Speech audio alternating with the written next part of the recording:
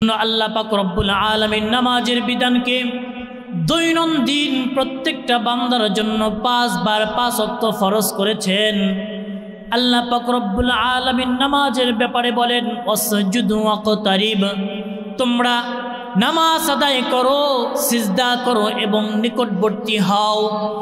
আল্লাহ পাক রব্বুল আলামিন বলেন ওয়াসজুদু ওয়াকতারিব, তোমরা সিজদা করো, নিকটবর্তী হও। এই সিজদার অর্থ দাঁড়িয়েছে নামাজ। তোমরা নামাজের মাধ্যমে আল্লাহ পাক রব্বুল আলামিনের নিকটবর্তী হও। যে যত বেশি নামাজ পড়বে সে তত বেশি আল্লাহ পাক রব্বুল আলামিনের নিকটবর্তী হতে পারবে। রাসূল করিম সাল্লাল্লাহু আলাইহি ওয়াসাল্লাম বলেন আকরাবু মা ইয়াকুনুল আবদু মির রাব্বিহি ওয়া হুয়া সাজিদ, বান্দা সব থেকে নিকটবর্তী হতে পারে কেবলমাত্র সিজদার মাধ্যমে।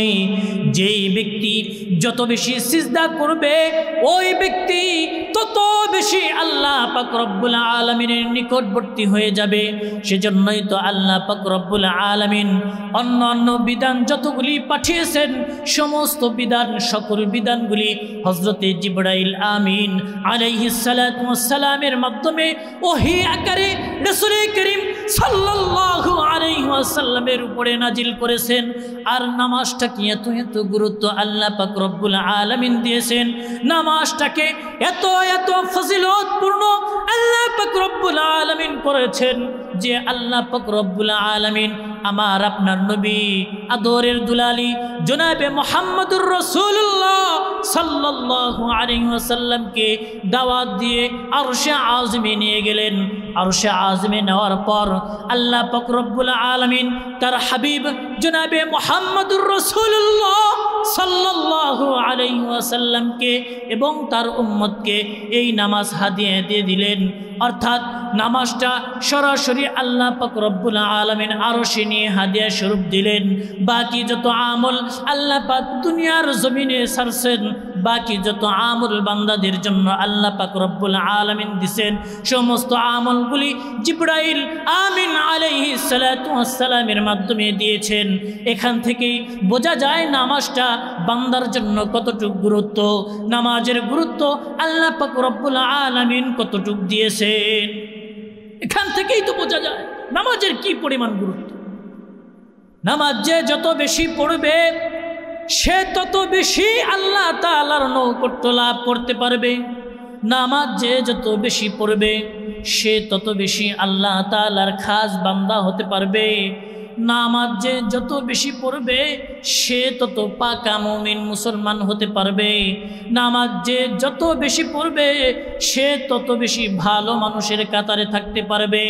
নামাজ যে যত বেশি পড়বে তার আমল আখলাক তত সুন্দর হবে।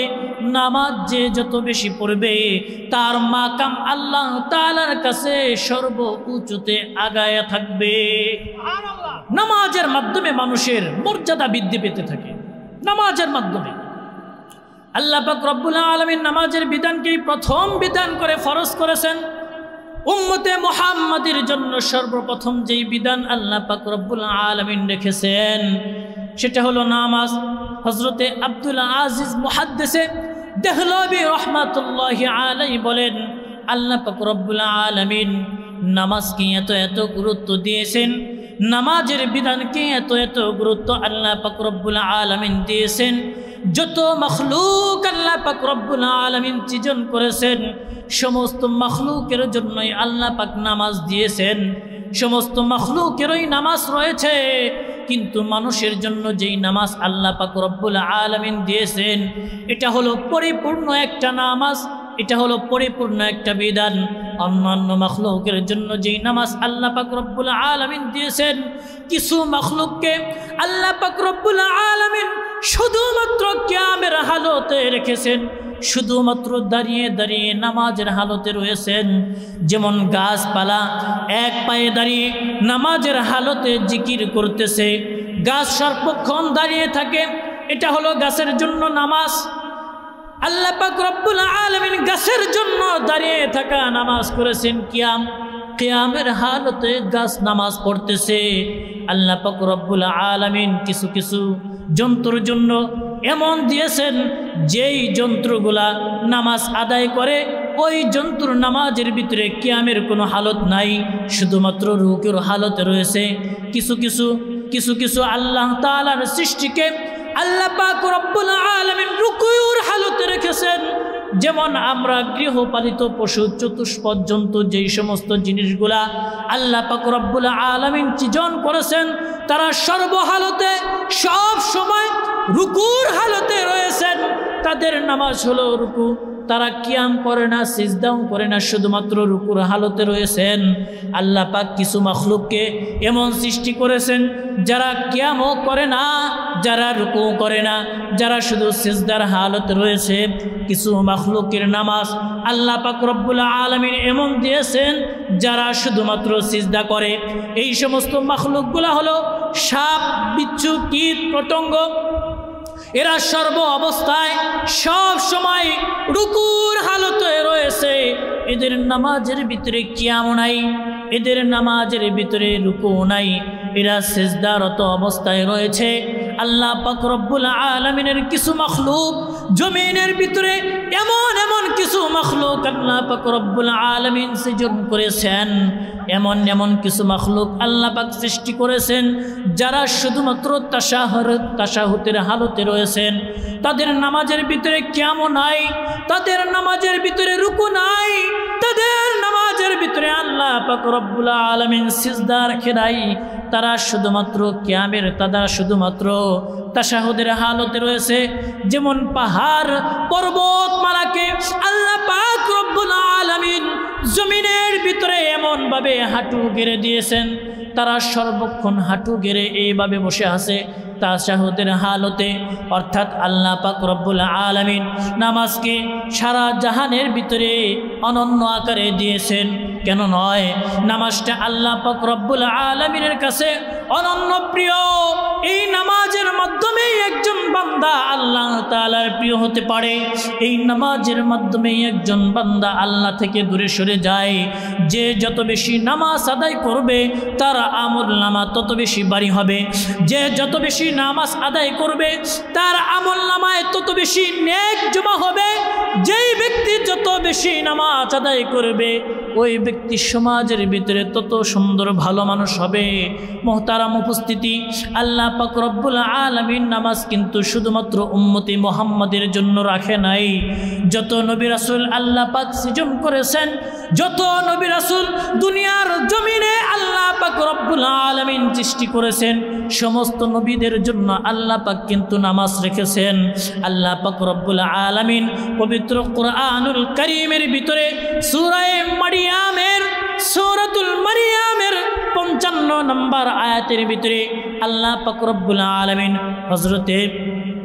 হযরতে ঈসা আলাইহিস সালাতু ওয়াস সালামের আগে যেই নবীগুলা ছিল ওই নবীর ভিতর থেকে একজন নবীর কথা আল্লাহ পাক রব্বুল আলামিন পবিত্র কোরআনের ভিতরে বলতেছেন, ওয়াকানা ইয়ামুরু আহলাহু ওয়াস-সালাতু ওয়াস-সাবির আলাইহা লা নাসআলুকা রিজকা নাহনু নারযুকুকা ওয়াল আকিবাতু লিত-তাকওয়া। আল্লাহ পাক রব্বুল আলামিন এখানে বলতেছেন ওয়াকানা ইয়ামুরু আহলাহু বিসসালাতি ওয়াজ-যাকা। আল্লাহ পাক রব্বুল আলামিন বলতেছেন তিনি স্বীয় তার পরিবারবর্গকে নামাজ পড়ার আদেশ করেছেন এবং যাকাত প্রদান করার কথা বলেছেন এবং তিনি নিজে নামাজ প্রতিষ্ঠা করেছেন, তিনি নিজে নামাজ পড়তেন। এ কারণে তিনি আল্লাহ পাক রব্বুল আলামিনের কাছে অতি পছন্দনীয় হয়েছেন। আল্লাহ পাক রব্বুল আলামিন হযরত মূসা আলাইহিস সালাতু ওয়াস সালামকে সম্বোধন করে বলতেছেন, নির্দেশ করতেছেন, আদেশ করতেছেন মূসা আলাইহিস সালাতু ওয়াস সালামের ব্যাপারে। আল্লাহ পাক রব্বুল আলামিন পবিত্র কুরআনুল কারীমের ভিতরে আয়াত নাজিল করেছেন। আল্লাহ পাক রব্বুল আলামিন বলেন, ইন্নী আনাল্লাহু লা ইলাহা ইল্লা আনা ফা'বুদুনি ওয়া আকিমিস সালাতা লিযিকরি। আল্লাহ পাক রব্বুল আলামিন এই আয়াতের ভিতরে মূসা আলাইহিস সালাতু ওয়াস সালামকে সম্বোধন করে বলতেছেন, ইন্নী আনাল্লাহ, নিশ্চয় আমি আল্লাহ, লা ইলাহা ইল্লা আনা ফা'বুদিনি, আমি একমাত্র আল্লাহ, আমি ব্যতীত কোনো মাবুদ নাই। ফা'বুদিনি, সুতরাং তুমি আমার ইবাদত করো। ওয়া আকিমিস সালাতা লিযিকরি, এবং আমার শরণাপন্ন হও এবং নামাজকে সমাজের ভিতরে প্রতিষ্ঠিত করো।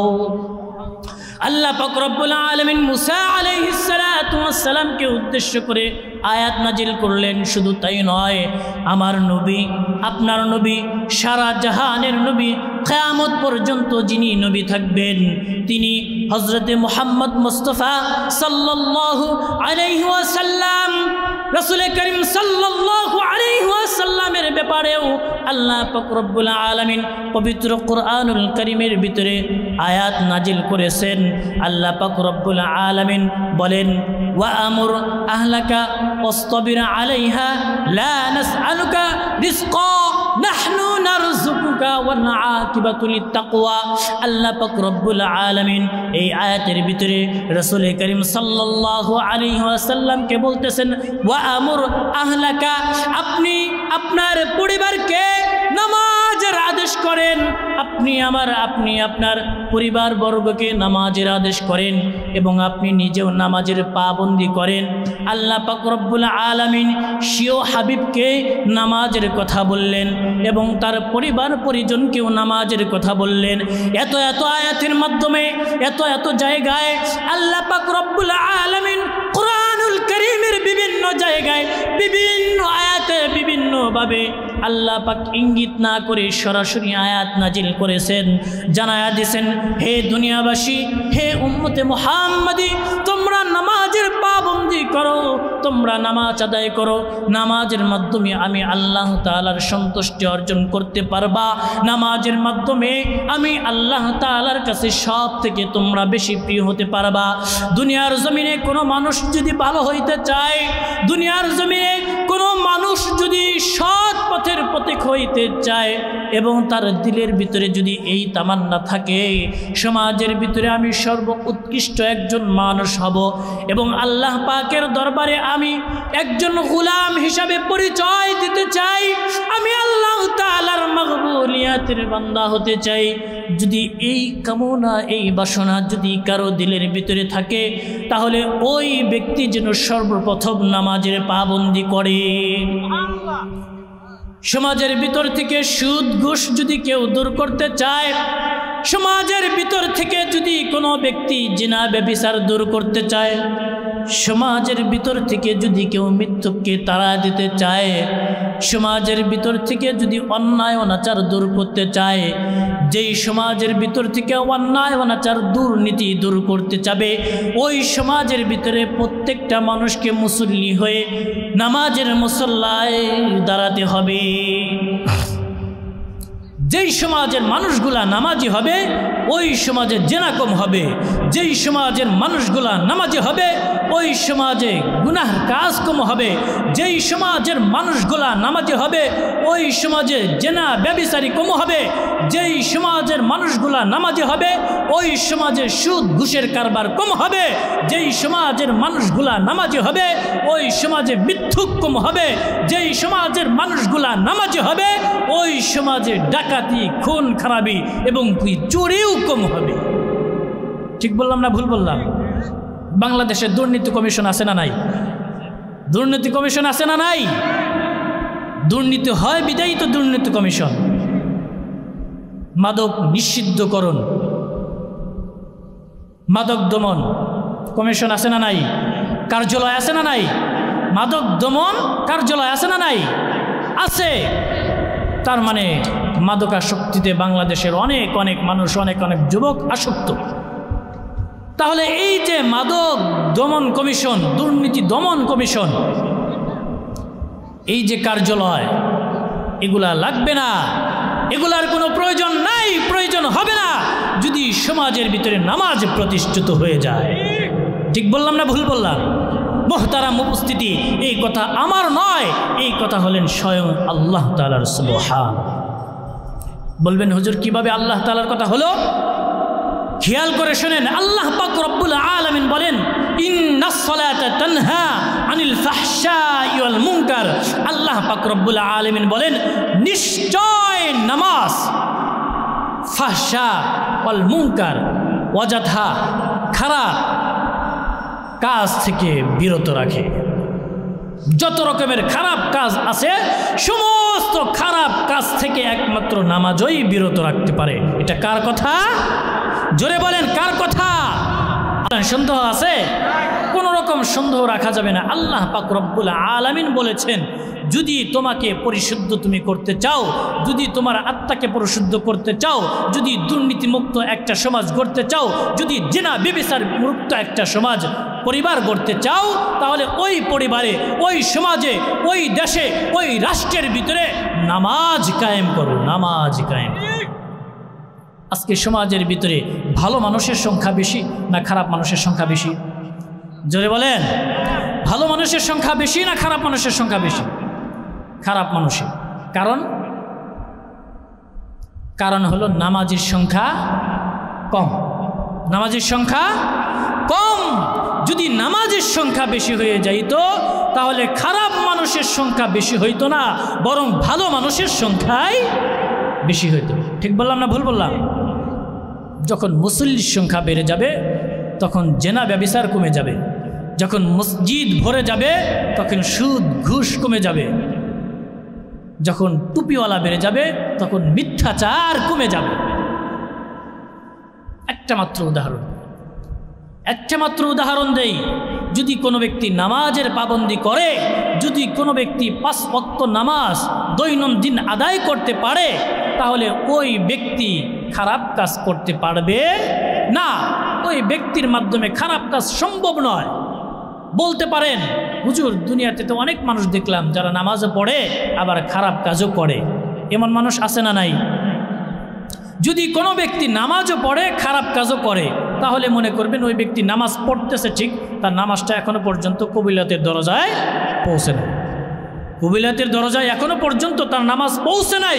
কারণ যখন একজন ব্যক্তির, একজন বান্দার, একজন বান্দির নামাজ আল্লাহ পাকের দরবারে কবুল হয়ে যাবে, ওই ব্যক্তি, ওই বান্দা, ওই বান্দি আর গুনাহের কাজ করতে পারবে না, আর সুদ ঘুষের ধারের কাছে যাইতে পারবে না, আর মিথ্যাচার করতে পারবে না, আর গীবত শিকায়েত করতে পারবে না।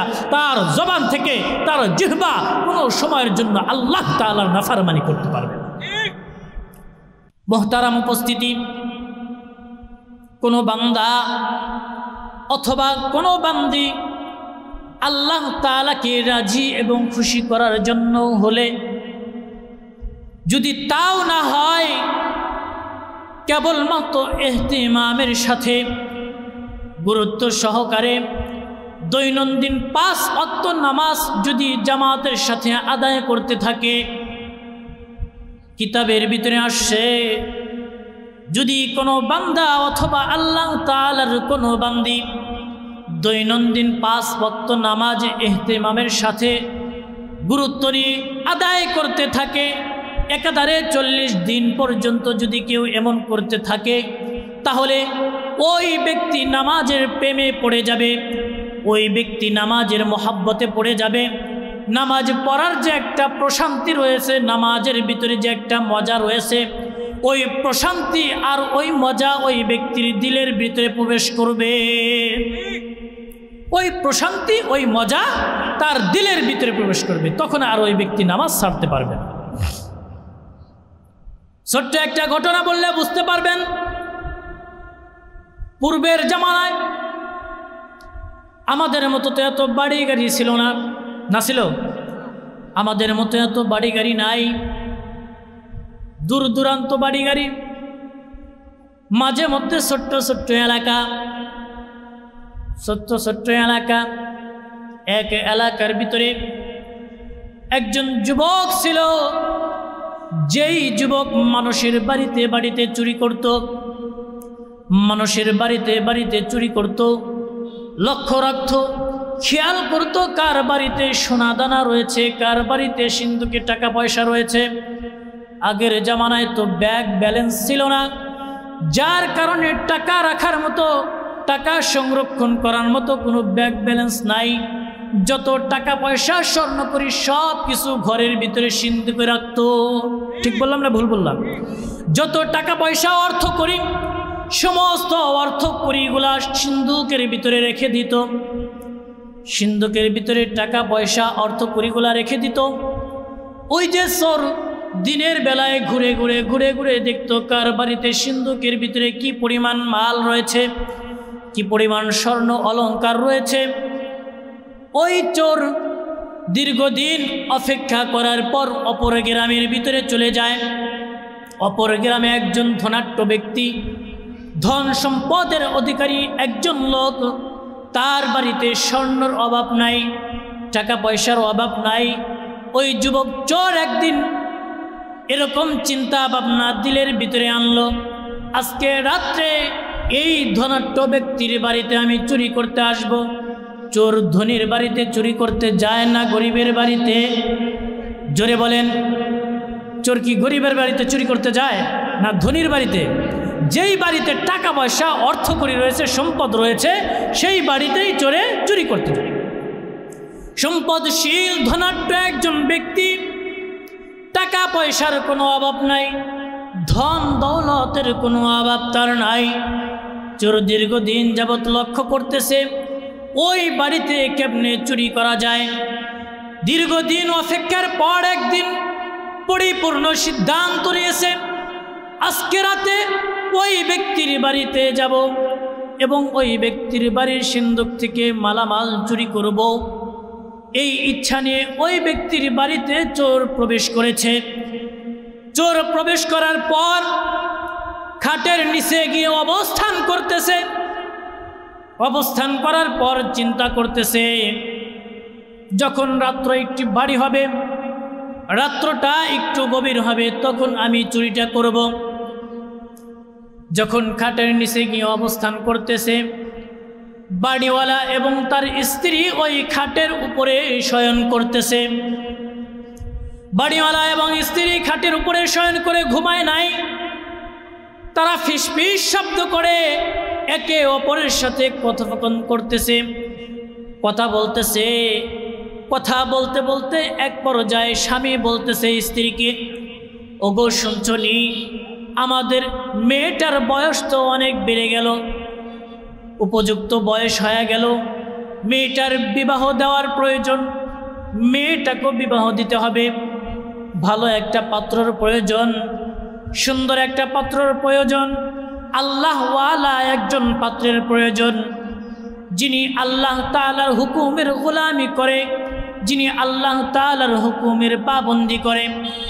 আমলের দিক থেকে উত্তম একজন ছেলে আমাদের দরকার, আমলের দিক থেকে, আখলাকের দিক থেকে যেন উত্তম হয় এমন একটা ছেলে আমাদের দরকার। এমন একটা সুন্দর সুদর্শন এবং আমল আখলাকওয়ালা যদি ছেলে আমরা পেয়ে যাই, তাহলে ওই ছেলের হাতেই আমাদের মেয়েকে তুলে দেব। এই চিন্তা চেতনা এবং এই কথাবার্তা তারা খাটের উপরে স্বামী স্ত্রী শুয়ে করতেছে। নিচ থেকে বসে বসে ওই চোর কিন্তু কথাগুলা শুনতেছে। চোর কথাগুলা শুনতেছে, স্বামী স্ত্রী আলোচনা করতেছে। স্বামী বলে, ভালো ছেলেতে পাওয়া মুশকিল, কিভাবে কোন কাজ করলে একজন ভালো ছেলের সন্ধান পাওয়া যায়।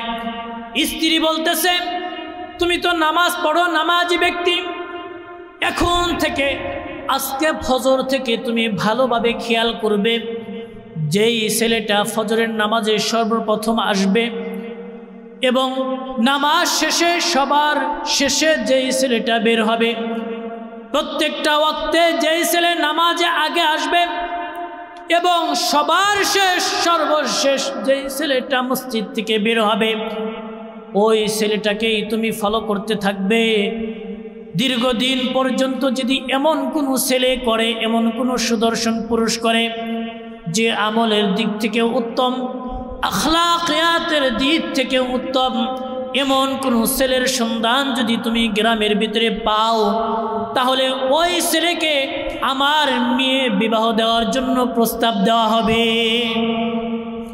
এমন কোনো ছেলে যদি সমাজের ভিতরে পাও, খেয়াল করবা, লক্ষ্য করবা যে প্রত্যেক দিন নামাজে আগে আসে এবং নামাজ শেষ করে সকলের পরে মসজিদ থেকে বের হয়। এই কথা স্ত্রী বলছে। এই কথা যদি স্ত্রী বলে থাকে, এবার চিন্তা করেন স্ত্রীর তাকওয়া কতটুকু, স্ত্রী ভালো মানুষ না খারাপ মানুষ, একটু চিন্তা করে দেখেন।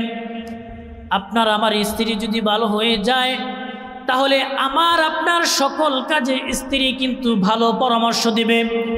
আর স্ত্রী যদি ভালো না হয়, মেয়েটা তো উপনীত বয়স হয়েছে, বিবাহর বয়স হয়েছে, স্ত্রী বলবে দেখেন সমাজের ভিতরে কোন ছেলের টাকা বেশি, দেখেন কোন ছেলে কত বড় অফিসার, দেখেন কোন ছেলের মাসিক ইনকাম কত বেশি। যেই ছেলের মাসিক ইনকামটা যত বেশি হবে, ওই ছেলের সাথেই আমার মেয়ের বিবাহ দেব। ঠিক বললাম না ভুল বললাম? স্ত্রী যদি ভালো না হয়, স্ত্রী বলবে না আমার ছেলে সমাজের ভিতরে যে নিম্নবিত্ত কিন্তু ভালো, তার কাছে দেব না, হুজুরের কাছে দেব না, হুজুরদের বেতন করতে, নামাজ পড়ে 5 ওয়াক্ত, ছেলে ভালো কিন্তু ভালো একটা চাকরি নাই, বলে না না না দেওয়া যাবে, এই ছেলের কাছে মেয়ে বিয়ে দেবো, এই ছেলে খাওয়াবে কি? আরে বলেন তো দেখি খাওয়ানোর মালিক কে? আরো জোরে বলেন খাওয়ানোর মালিক কে? খাওয়ানোর মালিক হলো আমার আপনার আল্লাহ তাআলা। তাহলে ছেলে কর্মঠ না, ছেলে এখনো চাকরি পায় নাই, এই ছেলের কাছে মেয়ে দেওয়া যাবে না, ছেলে করবে কি? এইটা যদি কেউ বলে, তাহলে তো এখানে ছোট আকারে আল্লাহ তাআলার সাথে সিফাতের শিরিক হয়ে যায়। এই কথার সাথে আল্লাহ তাআলার সাথে, আল্লাহ তাআলার সিফাতের সাথে শিরিকের একটা গন্ধ পাওয়া যায়। কারণ খাওয়ানিওয়ালা, পালনিওয়ালা, রিজিক দাতা একমাত্র আমার আপনার আল্লাহ তাআলা। সেজন্য ছেলে দেখবেন, ছেলে যদি ভালো হয়ে যায়, ছেলের পরিবার যদি ভালো হয়ে যায়, ছেলে হোক সাময়িকভাবে একটু দুর্বল, অর্থের দিক থেকে একটু দুর্বল, কিন্তু ছেলে ভালো, নামাজি, আল্লাহওয়ালা, খোদা ভীরু, তাহলে ওই ছেলের সাথে আপনি সম্বন্ধ করেন, ভবিষ্যৎ ভালো হবে, উজ্জ্বল হবে। আর যদি অর্থ করি দেখেন, টাকা পয়সা দেখে আপনার সন্তানকে তার হাতে তুলে দেন, ভবিষ্যতে খারাপ হতেও পারে। মুহতারাম উপস্থিতি, বলতেছিলাম স্মরণ আছে কিনা, স্ত্রী পরামর্শ দিয়েছে, যেই সুন্দর সুদর্শন যুবক, সুদর্শন না হলেও চলবে যদি আল্লাহ তাআলার ভয় তার ভিতরে থাকে, আল্লাহ তাআলার তাকওয়া যদি ওই ছেলের ভিতরে থাকে, এবং নামাজে সর্বপ্রথম আসে, নামাজ শেষ করে সবার পর ঘর থেকে বের হয়, এমন কোনো ছেলে যদি পাওয়া যায়, ওই ছেলের সাথেই আমাদের মেয়ের সম্বন্ধ নিয়ে যাওয়া হবে। এমনিভাবে যেমন কথা তেমন কাজ। দীর্ঘদিন পর্যন্ত বাড়িওয়ালা খেয়াল করতেছে এলাকার ভিতরে কোন যুবকটা সর্বপ্রথম নামাজে আসে, আজান হওয়া মাত্রই নামাজে আসে, নামাজ পড়ে সর্বশেষ মসজিদের বারান্দা থেকে বের হয়। দীর্ঘদিন চলতেছে, 1 দিন নয় 2 দিন নয়, দীর্ঘ 40 দিন পর্যন্ত এমন অবস্থা। 40 দিন পর্যন্ত যখন ওই ব্যক্তি দেখতে পারছে একটা মাত্র যুবক পাওয়া যায়, যেই যুবকের এই এলাকায় বাড়ি নয়, অপর এলাকায় বাড়ি, অপর এলাকা থেকে এই এলাকায় আসে, নামাজ পড়ে, আমল ভালো, আখলাক ভালো, আল্লাহ তাআলার ভয় ভীতি তার দিলের ভিতরে, তাকওয়াল্লাহ এই ছেলের ভিতরে পাওয়া যায়, সুন্দর মার্জিত ভদ্র ব্যবহার। দীর্ঘদিন অপেক্ষা করার পর 40 দিন পার হয়ে গেছে, ওই ছেলেকে ওই ব্যক্তি ডাক দেয়া বলতেছে, বাবা শোনো, তুমি আমার বাড়িতে একদিন মেহমান হয়ে যাও। যেমন কথা তেমন কাজ, ছেলেকে নিয়ে তার বাড়িতে চলে গেছে। বাড়িতে যাওয়ার পর সাধ্য অনুযায়ী আপ্যায়ন করছে। আপ্যায়ন করার পর তিনি বলতেছে, বাবা কি আর বলবো, আমার এত সম্পদ, এই সম্পদ খাওয়ার মতো কিন্তু আমার কোনো ছেলে নাই, আমার কেবলমাত্র একটা মেয়ে, মেয়েটাও দেখতে মাশাআল্লাহ অনেক সুন্দরী, আল্লাহ তাআলা রূপে গুণে তাকে অনেক দিয়েছে, সম্পদও আছে, মেয়েও সুন্দরী। তুমি যদি চাও, তুমি যদি রাজি থাকো, তাহলে আমার এই মেয়ে তোমার সাথে আমি বিবাহ দিতে চাই। কাকে বলতেছে?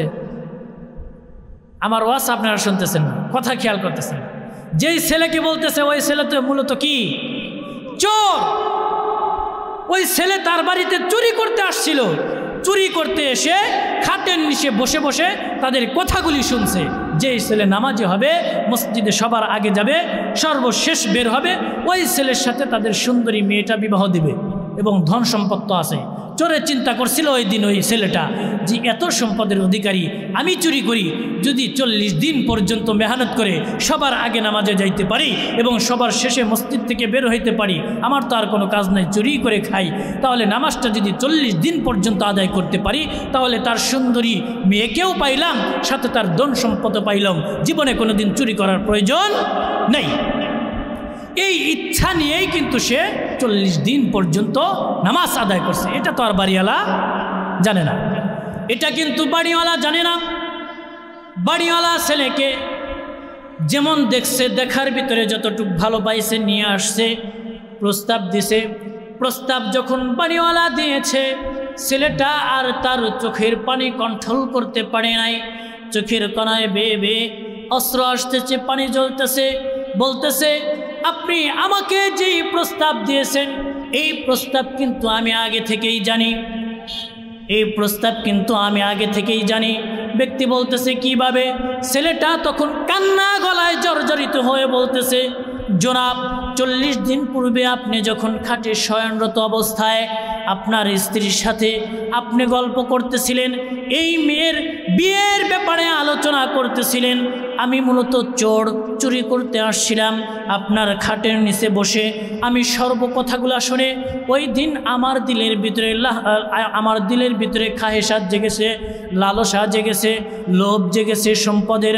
আপনার মেয়েকে বিবাহ করার লোভ আমার দিলের ভিতরে জেগেছে, যার কারণে আমি 40 দিন পর্যন্ত নামাজ পড়েছি। কিন্তু মূলত কথা হলো এই 40 দিন নামাজ পড়ার কারণে আমার দিলের ভিতরে নামাজের যেই মহাব্বত আর ভালোবাসা অর্জন হয়েছে, এই নামাজের মহাব্বত আর ভালোবাসা অর্জন করার পিছনে আপনার এই কাহিনী যথেষ্ট হয়েছে। আমি মূলত আপনার মেয়েকে বিবাহ করার জন্যই এমনটা করেছি। কিন্তু 40 দিন নামাজ পড়ার পর আমার দিলের হালত এমন হয়েছে, আমি আর আপনার মেয়েকে বিবাহ করতে চাই না। সম্পদের কোনো লালসা আমার দিলের ভিতরে নাই, সম্পদের কোনো লোভ আমার দিলের ভিতরে নাই, আপনার সম্পদও আমি চাই না, আপনার মেয়েকেও আমি চাই না। আমি বাকি জিন্দেগি নামাজ পড়ার মাধ্যমে আল্লাহ তাআলার গোলামি করতে করতে এই দুনিয়া ত্যাগ করতে চাই। আমি আপনার মেয়েকে বিবাহ করতে চাই না, আপনার সম্পদও চাই না। ঘটনা যখন খুলে বলল তখন ওই ব্যক্তিও বুঝতে পারলো 40 দিন জামাতের সাথে নামাজ আদায় করার কারণে এই যুবক চুরি করত, চুরিটা সেরেছে। এই যুবকের যেই বদ অভ্যাস ছিল সেটা সেরেছে।